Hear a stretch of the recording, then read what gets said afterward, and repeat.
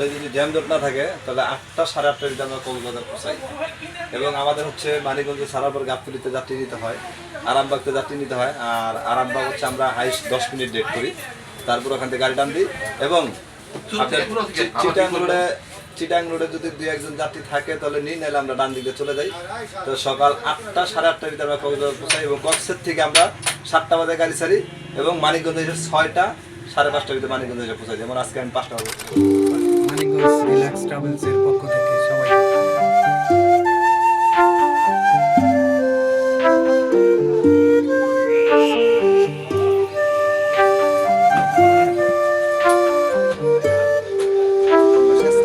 আমরা Manikganj relax travels নিয়ে আসলাম sleeper AC bus service.